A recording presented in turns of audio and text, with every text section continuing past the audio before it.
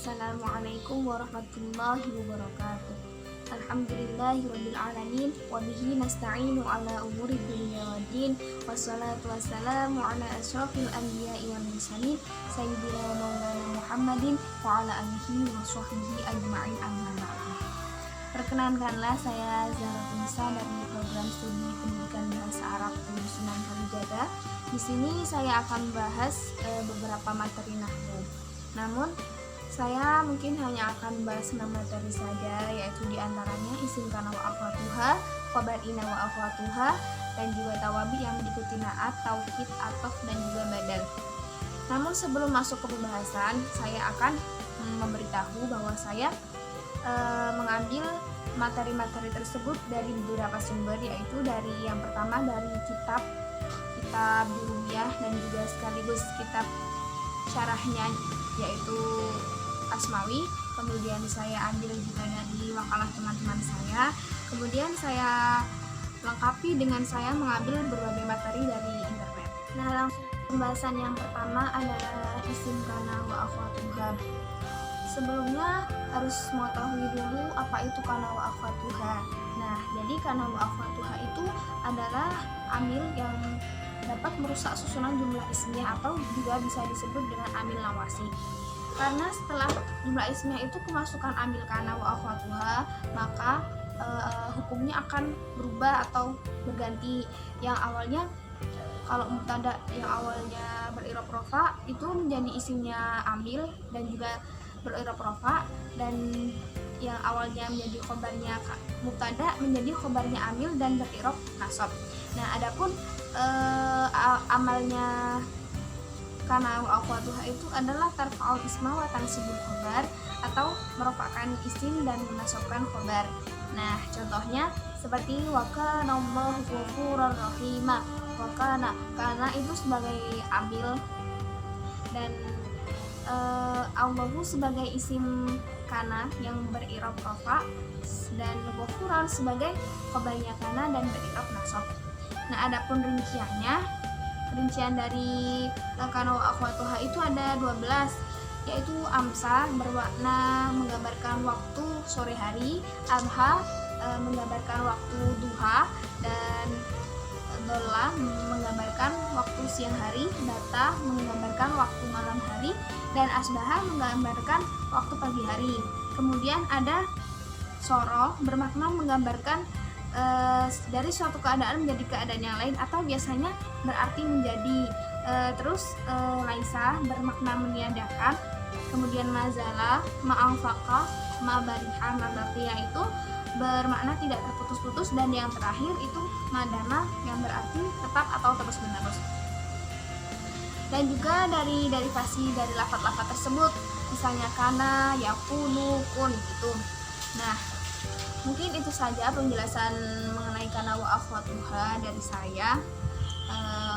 Mudah-mudahan bisa bermanfaat dan mudah difahami. Kemudian lanjut ke pembahasan yang kedua, yaitu inna wa akhwatuha. Sama halnya dengan kana, inna juga merupakan salah satu amil yang dapat merusak susunan jumlah ismiyah. Namun bedanya dengan kana, kalau kana kan amil yang berupa fi'il, nah kalau inna itu amil yang berupa huruf.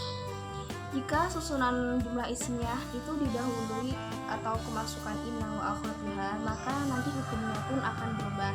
Misalnya mubtada dan khobar yang asalnya itu kan rafa semua. Nah, kalau kemasukan dan didahului dengan inna wa akhwatuha, maka nanti mubtada itu akan menjadi isimnya inna dan beri'rab nasab, dan khobarnya menjadi khobarnya inna dan tetap beri'rab rafa. Nah, dengan kata lain, amal dari inna itu tansibul isma wa tarfa'ul khobar, yang artinya menasabkan isim dan merupakan khobar. Namun di sini saya hanya akan membahas khobarnya saja. Nah, khobar kan ada dua, khobar mufrad sama khobar ghairu mufrad. Nah, kalau khobar mufrad itu maka nanti i'rabnya rafa dan tandanya dengan dhammah wawu, alif atau nun. Nah, kalau khobar ghairu mufrad itu kan juga ada dua. Nah, khobar jumlah dan khobar sibah jumlah. Nah, kalau khobar jumlah itu jumlah ismiyah dan fi'liyah. Nanti i'rabnya menjadi mahal rafa. Dan kalau khabar syibh jumlah seperti dzarf madruf, idhofah dan jar majrur, maka i'rabnya juga menjadi dengan mahal rafa. Contohnya innallaha ghafurur rahim. Inna sebagai amil, Allahu sebagai isimnya inna dan beri'rab nasab, dan ghafurun sebagai khobarnya inna dan beri'rab rafa. Adapun saudara-saudara inna itu yang pertama yaitu ana. Ana yang bermaksud berarti bahwa berfungsi untuk menegaskan atau mengokohkan pembicaraan. Misalnya contoh asyhadu anna Muhammadar Rasulullah. Anna sebagai amil, Muhammadan sebagai isimnya ana, dan Rasulullah sebagai khabarnya ana, beri'rab rafa. Yang kedua yaitu ka'anna yang artinya seakan-akan dan fungsinya penjerumpamaan. Contohnya ka'anna wajhaka badrun, seakan-akan wajahmu seperti bulan purnama. Ka'anna itu sebagai amil, wajhaka itu sebagai khobar isimnya inna, dan badrun sebagai khobarnya inna dan beri'rab rafa. Kemudian lakina yang artinya akan tetapi, yaitu fungsinya menyangkal atau menyusul perkataan dengan pembicaraan yang lain. Contohnya huwa alimun lakinnahu ghairu amil. Nah, lakinna sebagai amil, ghairu amil. Hu itu sebagai dhamir, isim dhamir yang juga sebagai isimnya lakinna. Kemudian ghairu amil itu sebagai khabarnya lakinna dan beri'rab rafa. Kemudian la'ala yang artinya semoga atau agar, fungsinya sebagai pengharapan, yaitu atau dengan kata lain fungsinya litaroji. Litaroji itu berarti mengharapkan sesuatu yang mungkin berhasil. Seperti contoh la'alla aliyya maridun, semoga saja Ali sakit. Nah, la'ala sebagai amil, aliyya sebagai isimnya ana, isimnya la'alla yang beri'rab nasab, dan maridun sebagai khabarnya la'alla dan beri'rab rafa. Dan yang terakhir itu yaitu laita, hampir sama dengan la'ala, sebuah pengharapan, namun ini lebih ke menghayal, menghalu. Jadi dengan kata lain itu berangan-angan, yes, artinya itu seandainya, atau dengan kata lain tadi litamani. Jadi kalau la'ala tadi kan litaroji, mengharapkan sesuatu yang mungkin terjadi. Kalau laita itu litamani, mengharapkan sesuatu yang mustahil terjadi. Misalnya laita syabba ya'udu yauman, andaikan masa muda itu kembali. Nah, laita itu sebagai amil, asyabba itu sebagai isimnya laita, dan ya'udu yauman, ya'udu itu sebagai khabarnya laita dan beri'rab rafa. Nah, lebih singkatnya, inna dan anna itu fungsinya litaukid atau mengokohkan suatu pembicaraan, dan ka'anna itu litasbih atau menyerupakan sesuatu dengan sesuatu yang lain. Kemudian lakinna itu listidrok atau menyangkal, menyusul suatu pembicaraan dengan pembicaraan yang lain. Kemudian laita itu litamani tadi, jadi mengharapkan sesuatu yang mustahil terjadi. Dan la'ala itu litaroji atau tawaku, yaitu mengharapkan sesuatu yang masih mungkin terjadi. Nah, mungkin itu saja pembahasan mengenai khobar inna wa akhwatuha. Semoga mudah dipahami. Saya akan melanjutkan ke pembahasan yang ketiga, yaitu mengenai tawabi. Nah, tawabi kan ada 4, nah atau kit atau badan. Saya akan membahas semuanya, namun saya akan membahas satu persatu, mulai dari naat. Nah, naat yaitu sifat atau tabi yang mengikuti madhunya dalam segi i'rab, nakirah ma'rifatnya, terus jamak tasmiyah dan mufradnya, kemudian mu'annas dan mudzakarnya. Dengan kata lain, naat itu harus sesuai dengan madhutnya dalam segi apapun. Nah, adapun pembagian dari naat itu ada 2, naat hakiki dan naat sababi. Naat hakiki yaitu naat atau sifat yang merofakkan isim domir yang tersimpan pada sifat tersebut dan kembali pada yang disifati. Contohnya seperti koma Zaidun al-aqilu, Zaid yang berakal telah berdiri. Yang menjadi contoh di sini yaitu kata al-aqilu. Nah, di mana setelah lafaz al-aqilu ini sebenarnya ada domir yang tersimpan yaitu domir huwa, namun tidak diperlihatkan, dan domir tersebut kembali pada kata Zaidun sebelumnya yang menjadi man'ut itu. Jadi jika ditampakkan itu semuanya, maka contohnya akan menjadi seperti ini. Koma Zaidun al-aqilu huwa. Nah, jadi huwa itu domir yang tersimpan atau domir mustatir yang dirofakkan oleh al-aqilu sebagai naat dari man'ut Zaidun. Adapun syarat dari naat hakiki itu ada 4. Yang pertama yaitu harus sama dalam hal i'rabnya. Jadi kalau man'utnya rofa, ya naatnya harus rofa. Begitu juga kalau nasab ataupun jar. Kemudian yang kedua yaitu harus sama dalam hal nakirah dan ma'rifatnya. Nah, jika man'utnya nakirah, nah nanti naatnya juga harus nakirah dan ma'rifat juga seperti itu. Kemudian yang ketiga yaitu harus sesuai antara mufrad, tasniyah dan jamaknya. Jadi antara naat dan man'ut itu harus sama. Misalnya mufrad ya mufrad, tasniyah ya tasniyah, jamak ya jamak, dan yang terakhir itu harus sama dalam hal antara mudzakkar dan muannasnya. Jadi kalau man'utnya muannas nanti naatnya juga harus muannas, dan kalau man'utnya mudzakkar naatnya juga harus mudzakkar. Kemudian pembagian naat yang kedua yaitu naat sababi. Nah, naat sababi itu adalah naat yang dapat merupakan isim dhamir yang dimana pada isim dhamir tersebut terdapat isim dhamir yang kembali pada objeknya. Contohnya lafaz ja'a Zaidani al-aqilu abuhuma. Nah, artinya Zaid yang masing-masing bapaknya berakal itu telah datang. Nah, yang menjadi contoh di situ lafaz al-aqilu. Nah, lafaz al-aqilu itu kan dia dapat merupakan isim dhamir yaitu lafaz abu, di mana lafaz abu itu terdapat isim dhamir berupa huma, dan huma itu kembali pada man'utnya yaitu lafaz Zaidani. Nah, kemudian adapun syarat dari naat sababi itu hanya ada 2, yaitu yang pertama harus sesuai dalam hal i'rabnya, dan yang kedua sesuai dalam hal ma'rifat nakirahnya. Jadi kalau naat hakiki tadi kan ada 4, kalau naat sababi cuma ada 2 syarat. Mungkin ini saja penjelasan dari saya mengenai bab nahwu. Semoga mudah diterima dan mudah dipahami. Kemudian ke pembahasan selanjutnya yaitu mengenai taukid. Nah, taukid itu secara bahasa berarti menguatkan, dan secara istilah adalah taukid yang dilafalkan di dalam kalimat guna menguatkan atau menghilangkan suatu keraguan dari pendengarnya. Nah, maksudnya taukid itu adalah mengulang suatu kalimat di mana pengulangan itu dimaksudkan untuk menguatkan kata yang diulang supaya dapat menjadikan kepercayaan bagi si pendengar. Nah, adapun taukid itu harus mengekor pada mu'akkadnya dalam hal apapun, misalnya dalam hal i'rab harus sama, ma'rifat nakirah juga harus sama, kemudian mudzakkar muannats juga harus sama, mufrad jamak ataupun tasniyah juga harus sama. Nah, taukid di sini kan ada 2, taukid lafzi dan taukid ma'nawi. Yang pertama taukid lafzi. Taukid lafzi itu pengukuhan dari segi lafaz, artinya mengukuhkan suatu lafaz dengan lafaz itu sendiri ataupun dengan sinonimnya, seperti contoh ja'a Zaidun Zaidun atau ja'a insanun basyarun.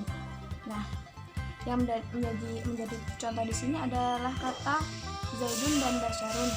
Nah, kata Zaidun itu menguatkan kata sebelumnya yaitu Zaidun dan menjadi mu'akkadnya.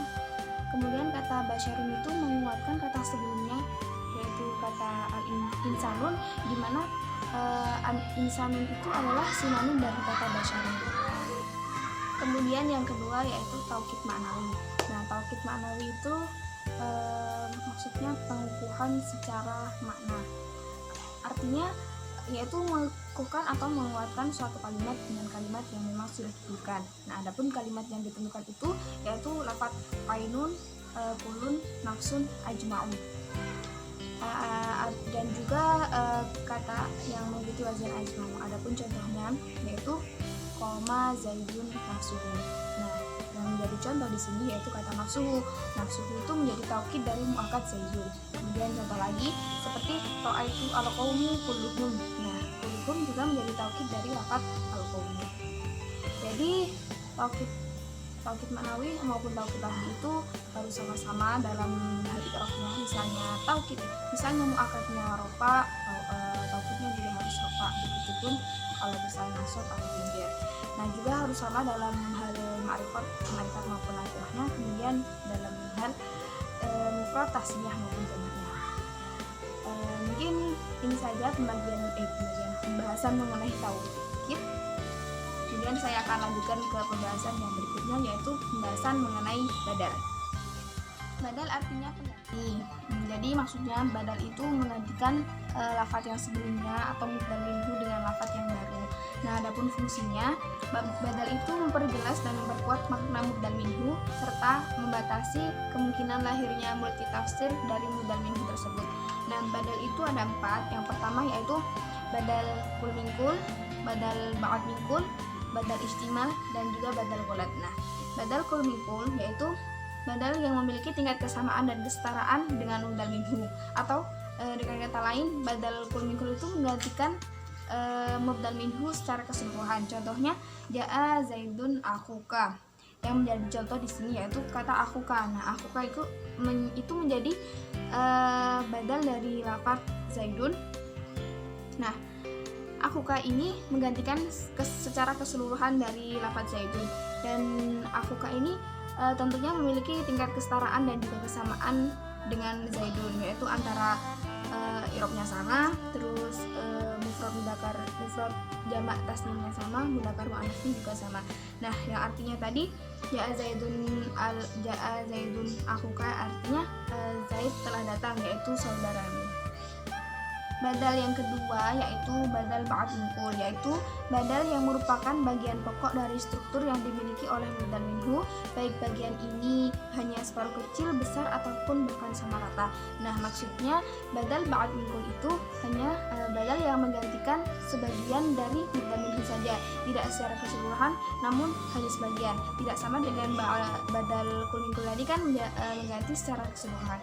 Nah, adapun contohnya yaitu akaltu al-khubza tulutahu. Yang jadi contoh yaitu lafaz tulutahu, di mana tulutahu itu menjadi badal dari lafaz al-khubza. Nah, yang artinya itu aku memakan roti sepertiganya. Jadi badal di sini itu hanya memaksudkan sebagian dari mubdal minhunya saja, tidak secara keseluruhan. Badal yang ketiga yaitu badal istimal, yaitu badal yang mengandung bagian dari mubdal minhunya yang menyangkut masalah maknawi, bukan materi. Maksudnya badal di sini tuh mengganti sesuatu yang maknanya dimuat dalam mubdal minhunya, seperti contoh nafa'ani zaidun ilmuhu, yang artinya Zaid telah memberi manfaat padaku, yaitu ilmunya. Nah, yang menjadi contoh di sini tuh adalah lafaz ilmuhu, di mana lafaz ilmuhu itu menjadi badal dari zaidun, dan lafaz ilmuhu itu terkandung dalam mubdal minhu, yaitu zaidun. Nah, maksudnya badal ini mengganti mubdal minhu dengan sesuatu yang sudah terkandung dalam mubdal minhu. Badal yang terakhir yaitu badal ghalat. Nah, yang artinya badal ghalat itu keliru atau salah. Jadi di sini badal ghalat itu hadir atas dasar kesalahan si mutakalim dalam berbicara. Jadi mutakalim itu tidak bermaksud apa-apa seperti badal yang tiga tadi, namun badal ini secara murni untuk meralat kesalahan dalam berbicara, seperti contoh ra'aitu zaidan al-farsan. Saya melihat Zaid. Jadi si mutakalim itu asalnya ingin mengatakan al-farsa, namun dia malah salah mengatakan zaidan. Nah, jadi al-farsa ini menjadi badal dari mubdal minhu zaidan. Kemudian fungsinya badal ghalat ini untuk meralat kesalahan mutakalim dalam berbicara. Langsung saja saya lanjutkan ke pembahasan yang terakhir, yaitu pembahasan mengenai ataf. Nah, ataf kalau di dalam bahasa Indonesia itu artinya adalah kata hubung, seperti dan, atau, kemudian, dan juga sebagainya. Terus kalau di dalam bahasa Arab itu ataf yaitu terbagi menjadi dua bagian, yaitu ataf nasak dan juga ataf bayan. Nah, hanya saja kalau ataf nasak itu lebih sering digunakan dalam bahasa Arab daripada ataf bayan yang sangat jarang digunakan. Adapun pembagian dari ataf yaitu yang pertama ataf nasak. Nah, Ataf nasab ini adalah lafadz yang dihubungkan dengan lafadz sebelumnya dengan diikuti salah satu dari huruf ataf. Jadi cirinya ataf nasab itu pasti diikuti dengan salah satu huruf ataf. Nah, dalam bab ataf tentu tidak terlepas dari maktuf dan juga maktuf alaih. Nah, karena dua hal tersebut juga menjadi salah satu dari rukunnya ataf nasab. Nah, maktuf itu adalah kata yang mengikuti dan ma'tuf ala itu adalah kata yang diikuti, dan ataf adalah sebagai penghubung antar keduanya. Nah, adapun huruf ataf itu ada 10, yaitu wawu, fa, summa, hatta, au, am, ima, bal, lakin, dan juga la. Wawu artinya dan, terus fa itu artinya maka, summa artinya kemudian, au artinya atau, am dan ima artinya ataukah, kemudian bal itu melainkan, lakin tetapi, dan la itu artinya tidak. Seperti contoh hadarul ustadu tuma tolibu, telah datang guru kemudian murid. Nah, di sini tuma itu sebagai huruf ataf yang artinya kemudian, yang berfungsi sebagai penghubung antara al ustad dan atolibu, di mana al ustad itu sebagai ma'tuf alaih dan atolibu sebagai ma'tuf. Yang kedua yaitu ataf bayan. Nah, ataf bayan adalah isim yang mengikuti pada isim sebelumnya berupa isim jamid yang berfungsi seperti naat dalam menjelaskan makna yang dimaksudkan. Nah, isim tersebut kedudukannya seperti kedudukan kalimat yang menjelaskan kalimat atau kata asing sebelumnya. Seperti contoh aqsamu billahi abu hafsin amrun. Nah, di sini yang jadi ataf bayan itu adalah amrun, dari mubahnya itu Abu Hafiz. Nah, adapun hukum yang terkait dengan ataf bayan itu ada dua. Yang pertama, ataf bayan harus lebih jelas dari mubahnya. Jadi kalau misalnya ataf bayan ini tidak lebih menjelaskan dari mubahnya, maka tidak disebut dengan ataf bayan, melainkan hanya menjadi tarkib badal. Kemudian yang kedua yaitu ataf bayan wajib menyesuaikan dengan mubahnya dalam hal i'rabnya. Jadi rofa, nasab, dan jarnya, kemudian dalam segi mufrad, tasniah, dan jamaknya, kemudian mudzakkar muannasnya, serta yang terakhir yaitu adalah nakirah ma'rifatnya. Mungkin itu saja pembahasan dari saya mengenai bab ataf dan juga macam-macamnya. Sekaligus bab ataf tadi menjadi penutup dari pembahasan materi yang saya kali ini. Saya mohon maaf yang sebesar-besarnya atas segala kesalahan dan juga kekurangan saya mungkin dalam menyampaikan materi, dan juga khilaf-khilaf saya mohon maaf karena saya juga masih belajar, dan video ini guna memenuhi tugas UAS yaitu mata kuliah nahwu. Kemudian yang terakhir saya ucapkan terima kasih yang sebesar-besarnya kepada para pemirsa semua yang telah menyimak video saya sampai akhir ini, sampai selesai, dan juga semoga dapat diterima, mudah difahami, dan juga bermanfaat bagi pemirsa semua. Sekian dari saya, terima kasih. Wassalam, wallahu muwaffiq ila aqwamit thoriq. Wassalamualaikum warahmatullahi wabarakatuh.